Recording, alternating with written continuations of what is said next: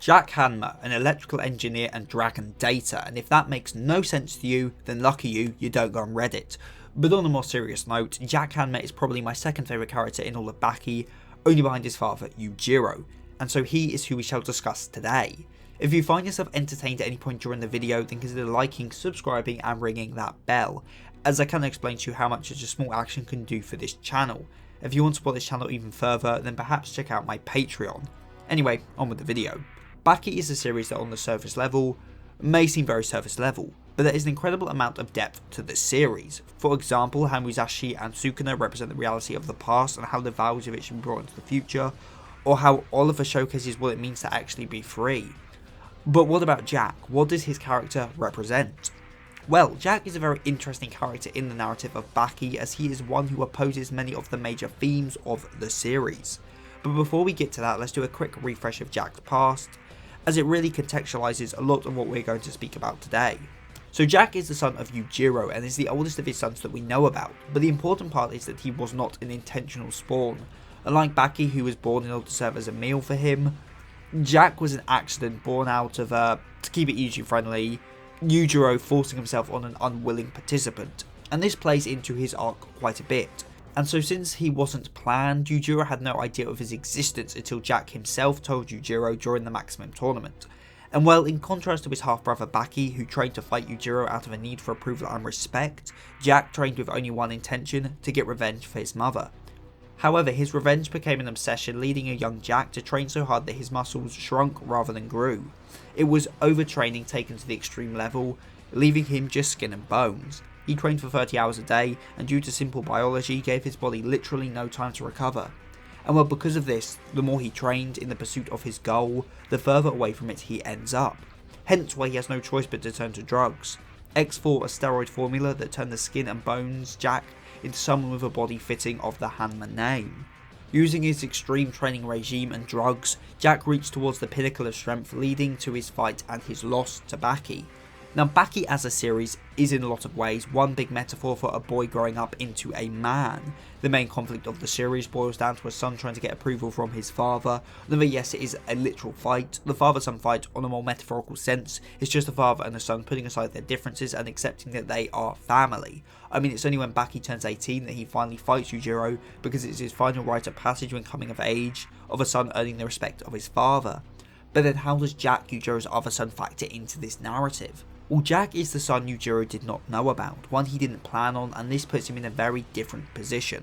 Baki was raised to be Yujiro's meal. He was cultivated as a fighter that could one day satiate Yujiro's hunger, hence the masterful symbolism of Baki flipping the table at the end of their fight, showing to his father that he is not his meal, but his son, to find the determinism of his life that Yujiro had pushed onto him, and showing that he has truly become strong enough to defy his father and set out on his own path.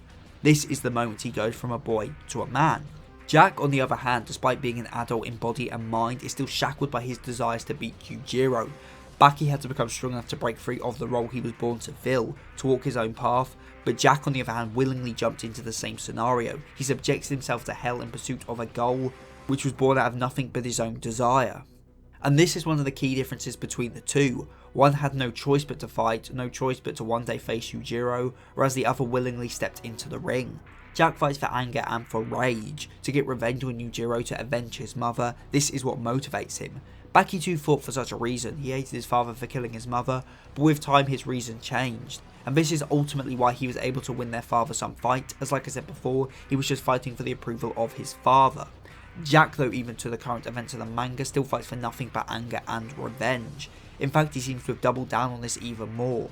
Though if there is any silver lining, he does now seem to want to not just defeat his enemies, but more importantly, to win. This is why he wanted to fight Sukuna in the arena, perhaps because winning in a match ensures praise for his efforts and all he sacrificed.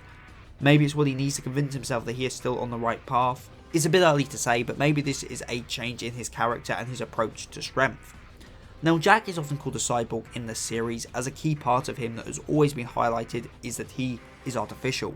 He takes steroids and performance enhancing drugs, he undergoes surgery to lengthen his limbs and now sports artificial titanium teeth. Yujiro, his father, is a perfect specimen. He is portrayed countless times in the series as a perfect organism with a perfect body. He is the strongest living creature, and depending on how you read into certain symbolism, you could even call him a literal god.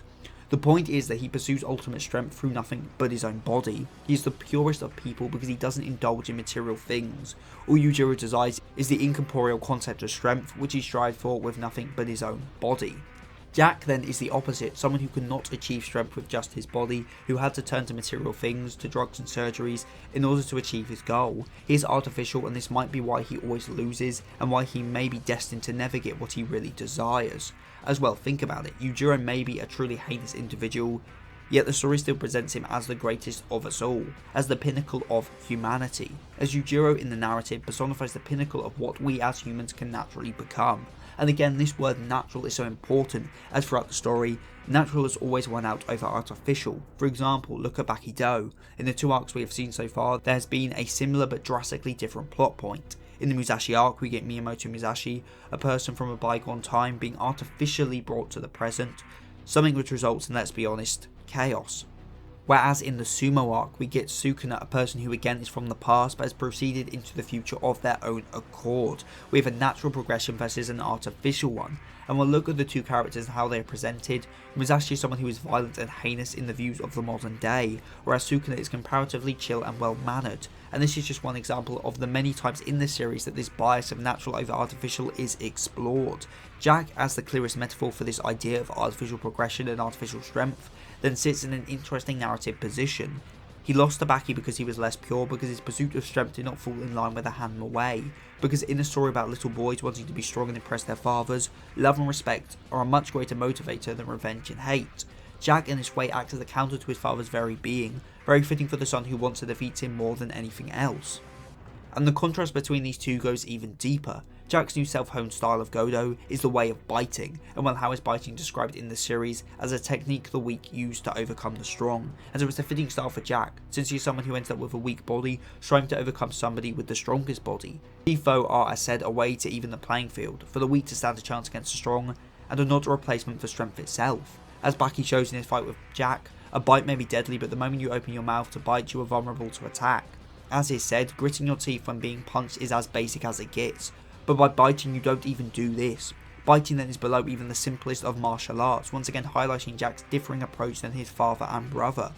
And another interesting thing to note from chapter 2 of the series is how Baki mocks Suedo for wearing a gum guard, saying that his own teeth are perfect natural power, which once again illustrates the natural versus artificial message of the series, but also contrasts Jack and Baki's approaches to strength. Since Baki here is proud of his flawless all-natural teeth representing natural strength, whereas Jack flaunts specially made titanium teeth representing his artificial nature. But what does this all boil down to? Is it that natural training and fighting for pure dreams and reasons will always win over artificial training and fighting for revenge? Yes, but also no. Jack perfectly illustrates the idea of a man giving up tomorrow for the sake of today. He will attain strength no matter the cost, and although many characters criticise him for this, a man must choose their own path to walk, of their own volition.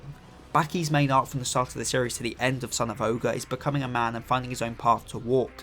And in comparison, Jack is someone who from the start of the series was a man who had already chosen a path to walk. A self-destructive path of course, but one he chose himself.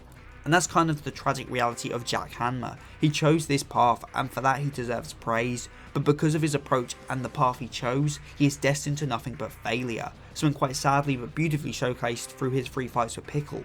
Jack doesn't get what he wants. Sure, he wins fights, but unless it's Yujiro, he doesn't really care, and because of that he will forever be unsatisfied. Or at least that is what I would like to say if Baki Dou didn't exist, because Baki Dou is a ray of light for Jack. And why is that? Because Grappler Baki through to Son of Ogre is the story about Baki growing up to fight and impress his father, and so naturally in such a narrative, Jack is unable to get what he wants because he is both a storytelling stepping stone for Baki, and because only Baki makes sense to go on and fight Yujiro. But in Baki Dou, the path of Baki, this is all different, as this is no longer the story of Baki rising to challenge Yujiro, and hence Jack losing to prove Baki's path in life to fight Yujiro right is no longer needed, so thematically Jack doesn't have to keep losing anymore. Though of course the whole artificial bad theme of the story is still around, and if anything is more prevalent in Baki Dou than at any point in the story before. But Jack's new Godo fighting style is an ancient natural style of fighting, improved with modern advancements, which would make it very similar to Baki's grappling style and Sukuna's ancient sumo, which has been praised as the ultimate martial art by how it respects the past and also embraces the future. So based on this, Jack's new fighting style may now support the themes of the story rather than going against them, and while considering his fight with Sukuna, I have faith our favourite tall boy will get some more shine. Though I will admit the cynic in me does think that this Jack redemption arc everyone is hoping for probably won't actually happen, but I'd love to be proven wrong. Comment of the week comes from David Vegascheider. I hope I'm saying that right, I do apologise if not. And thank you for basically giving me half the script for the Kagura video when I get round to redoing it.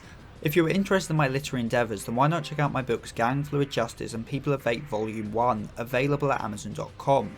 And if you want to go the extra mile in supporting this channel, then consider pledging to my Patreon, where for as little as £2.75 a month, you can get your name at the end of the video, like Hikari Desu, 7SO, Rinjak9696 and Dewey. So with all that said and done, I've been Seth the Sin, the Deadly Sin of Geek, and I'm signing out. Stay safe, everyone.